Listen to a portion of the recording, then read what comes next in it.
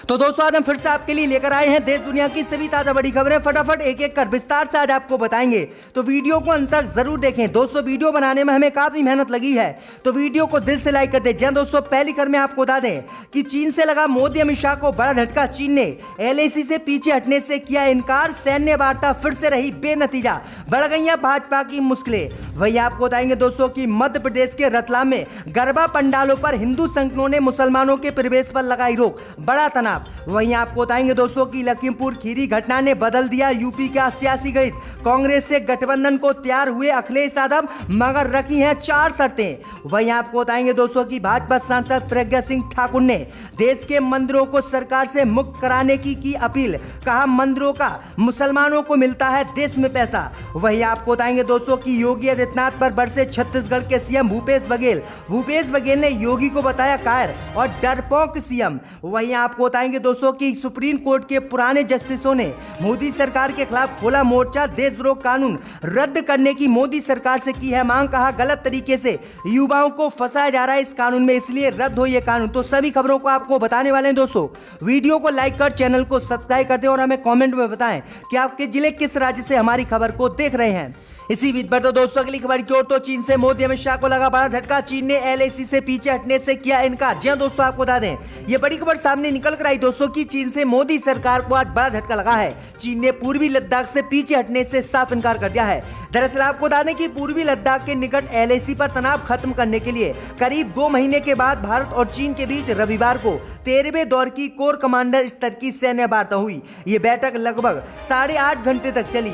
जानकारी के अनुसार इस बैठक में जब भारत की ओर से जैसे ही चीन को पीछे हटने के लिए कहा गया तो चीन इस पर भड़क गया और भारत के खिलाफ जहर उगलने लगा। चीन ने कहा है कि भारत हमारे लिए अनुचित मांग उठा रहा है और हम किसी भी कीमत पर पूर्वी लद्दाख से पीछे नहीं हटेंगे, चाहे भारत कुछ भी कर ले। भाई आपको बता दें कि इसके बाद जो भारत और चीन की बैठक हुई थी वो बेनतीजा निकली और चीन ने एलएसी से पीछे हटने से साफ इनकार कर दिया है, जिसके बाद चीन की मंशा साफ है कि भारत पर वह हमला करेगा और पूर्वी लद्दाख पर कब्जा करेगा। तो ये बड़ी अपडेट आई दोस्तों की बीते दिनों भी अरुणाचल प्रदेश में चीन की सेना घुस गई थी। तो ये बड़ी अपडेट आई दोस्तों कि चीन ने एलएसी से पीछे हटने से साफ इनकार कर दिया है और जो सैन्य वार्ता थी वो फिर एक बार बेनतीजा रही है। मोदी सरकार को बड़ा झटका आज लगा है। इसी बीच पर तो दोस्तों अगली खबर की ओर, तो मध्य प्रदेश में गरबा पंडालों पर विश्व हिंदू परिषद ने मुसलमानों के प्रवेश पर लगाई रोक, बड़ा तनाव। यह दोस्तों आपको बता दें कि नवरात्रि के मौके पर देश भर में गरबा पंडाल सजाए जा रहे हैं। इसी बीच खबर सामने निकल कर आई दोस्तों कि मध्य प्रदेश के रतलाम शहर में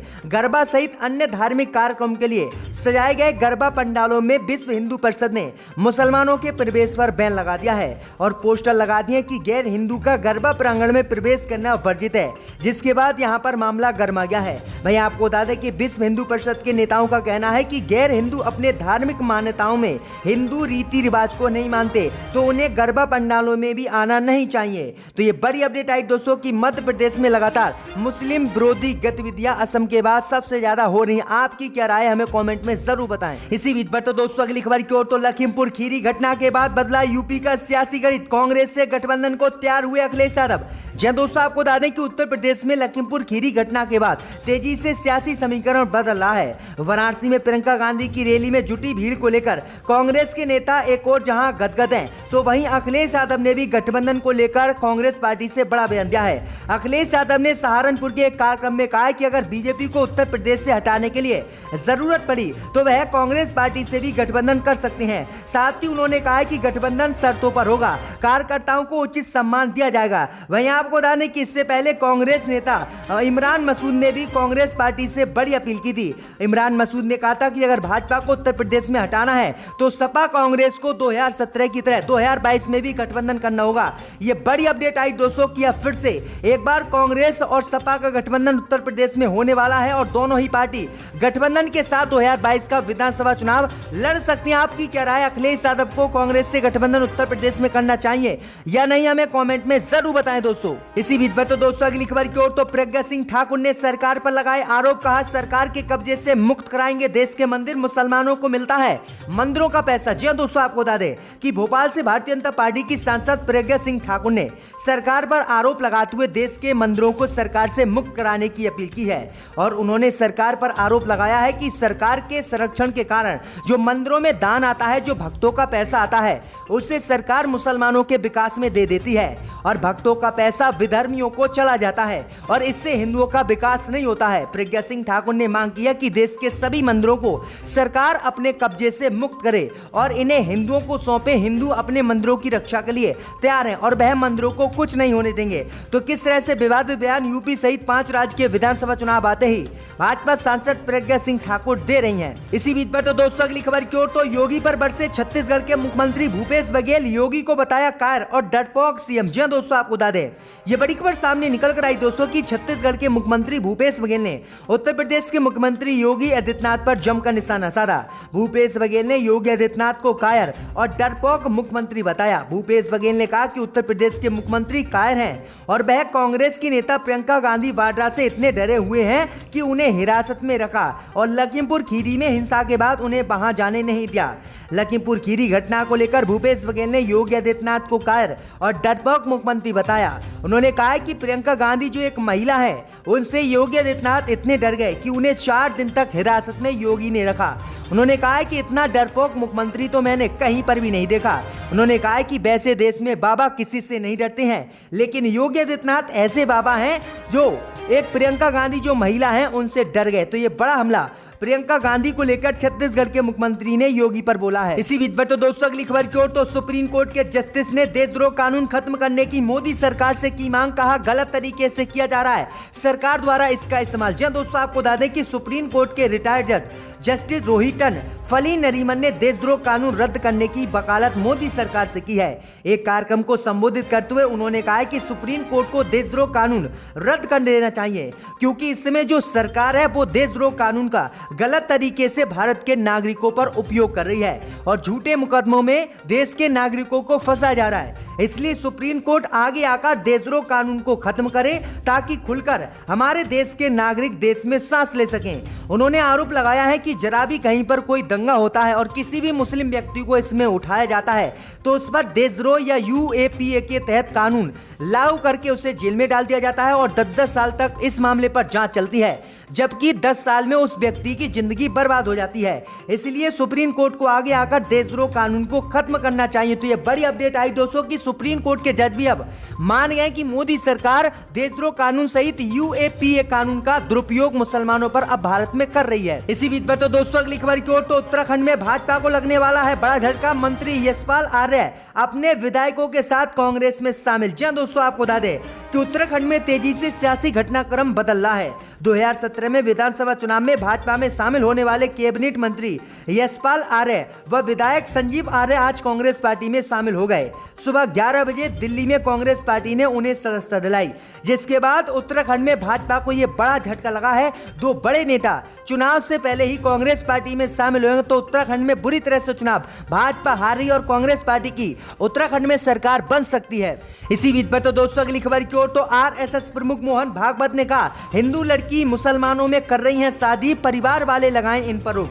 जय दोस्तों, आपको बता दें कि संघ प्रमुख मोहन भागवत ने एक बार फिर से धर्मांतरण का मुद्दा उठाया है और कहा कि हिंदू अपने बच्चों को धर्म का आदर करना सिखाएं ताकि वे दूसरों धर्मों में न जाएं। इसके साथ ही आरएसएस प्रमुख ने कहा कि समाज शैली में बदलाव लाने पर भारत फिर से विश्व गुरु बन सकता है। भागवत रविवार को उत्तराखंड में एक कार्यक्रम में शामिल होने के लिए पहुंचे थे, जहां उन्होंने ये बातें कही हैं। उन्होंने कहा कि हिंदू धर्म को छोड़कर कई युवक हिंदू मुसलमान धर्म अपना रहे हैं और कई हिंदू लड़की अपने धर्म को छोड़कर मुसलमानों में शादी कर रही है, उसके बाद वह हिंदू धर्म को छोड़ देती है। इसलिए हिंदू परिवार को अपनी बच्चे और बच्चियों को धर्म का पाठ पढ़ाना चाहिए जिससे कि वह दूसरे धर्मों में न जाए। तो ये बड़ी अपडेट आई दोस्तों कि किस तरह से मोहन भागवत इस तरह के बयान दे रहे हैं। इसी बीच पर तो दोस्तों अगली खबर की ओर तो महंगाई को लेकर राहुल गांधी ने प्रधानमंत्री मोदी पर बोला हमला, कहा महंगाई और हत्या पर मोदी हैं साइलेंट, आलोचकों पर हो जाते हैं वायलेंट। जी दोस्तों, आपको बता दें कि कांग्रेस के पूर्व अध्यक्ष राहुल गांधी ने बढ़ती महंगाई, किसान हत्या और बेरोजगारी जैसे मुद्दों को लेकर आज फिर से प्रधानमंत्री मोदी पर हमला बोला है। इस बार राहुल गांधी ने प्रधानमंत्री मोदी की चुप्पी पर सवाल उठाए हैं। राहुल गांधी ने ट्वीट किया है कि बढ़ती महंगाई और तेल के दाम, बेरोजगारी, किसान व भाजपा कार्यकर्ताओं की हत्या पर प्रधानमंत्री मोदी साइलेंट रहते हैं। कैमरा व फोटो आप में कमी, सच्ची आलोचना और मित्रों पर जब मैं सवाल करता हूं तो प्रधानमंत्री मोदी वायलेंट हो जाते हैं। राहुल गांधी का सीधा सीधा हमला प्रधानमंत्री मोदी पर डीजल और पेट्रोल सहित लखीमपुर खीरी हिंसा को लेकर था। तो ये बड़ी अपडेट आ रही, बड़ा हमला राहुल गांधी ने प्रधानमंत्री मोदी पर बोला है। इसी बीच पर तो दोस्तों अगली खबर की ओर, तो लखीमपुर खीरी हिंसा को लेकर फिर से वरुण गांधी ने बीजेपी पर बोला हमला। कहा लखीमपुर खीरी की हिंसा में हिंदुओं और सिखों को लड़ाने की जा रही है कोशिश। जी दोस्तों, आपको बता दें कि लखीमपुर खीरी की घटना को लेकर एक बार फिर से भाजपा सांसद वरुण गांधी ने अपनी ही सरकार पर बड़ा हमला बोला है। उन्होंने ट्वीट करके कहा कि लखीमपुर खीरी को हिंदू बनाम सिख लड़ाई में बदलने की कुछ लोगों द्वारा कोशिश की जा रही है। ये एक अनैतिक और झूठा अफवाह है। इस तरह की अफवाह फैलाना और उन घावों को फिर से कुरेदना खतरनाक है, जिसे ठीक करने में एक पीढ़ी लग गई। हमें राष्ट्रीय एकता से ऊपर राजनीति लाभ नहीं रखना चाहिए। दरअसल आपको बता दें कि पीलीभीत में हिंसा घटना को लेकर जिस तरह से वरुण गांधी ने भाजपा पर निशाने साधे थे, उसके बाद भाजपा ने अपनी नई कार्यकारिणी की बैठक में इन्हें शामिल नहीं किया था। तो एक बार फिर से उन्होंने ये बड़ा हमला बोला है कि किस तरह से चुनाव आते ही बीजेपी के कुछ लोग और हिंदू संगठनों के कुछ लोग हिंदू बनाम सिख की लड़ाई उत्तर प्रदेश में छेड़ना चाहते हैं और योगी को इससे फायदा पहुंचाना चाहते हैं। आपकी क्या राय हमें कमेंट में जरूर बताएं। इसी बीच में तो दोस्तों अगली खबर की ओर, तो बीजेपी पर बरसे अखिलेश यादव। कहा संविधान को भी रौंद सकते हैं किसान और कानून को कुचलने वाले। जब दोस्तों आपको बता दें कि सहारनपुर की एक जनसभा में अखिलेश यादव ने भाजपा सरकार को घेरा। अखिलेश यादव ने कहा कि हमने सत्ता में बैठे लोगों का काम देखा, हमने लखीमपुर खीरी में उनकी हरकत भी देखी। किसानों को बहानों से कुचल दिया गया, कानून की धज्जियां उड़ाने की भी तैयारी थी। जो किसानों और कानून को कुचल सकते हैं वे संविधान को भी रौंद सकते हैं। लखीमपुर खीरी हिंसा का जिक्र करते हुए सपा नेता ने कहा कि कोई भी अहंकारी देश में नहीं बचा है। अहंकारियों को जनता ने हर बार सबक सिखाया है। उन्होंने कहा कि गृह मंत्री के बेटे को किस तरह से गिरफ्तार नहीं किया गया, हमने दबाव बनाया तब वो गिरफ्तार हुआ। राहुल गांधी ने कहा कि ये सरकार रंग और नाम बदलने का सिर्फ भारत में काम कर रही है और उत्तर प्रदेश में इस सरकार ने और कुछ नहीं किया है।